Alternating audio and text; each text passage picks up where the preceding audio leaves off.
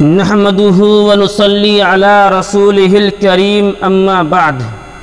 معزز سامعین و ناظرین، ایک شخص فجر کی نماز ادا کر رہا تھا اور ابھی قاعدہ اخیرہ ہی میں تھا کہ سورج نکل آیا۔ اب سوال یہ پیدا ہوتا ہے کہ کیا ایسی صورت میں اس شخص کی نماز ادا ہو گئی یا نہیں ہوئی؟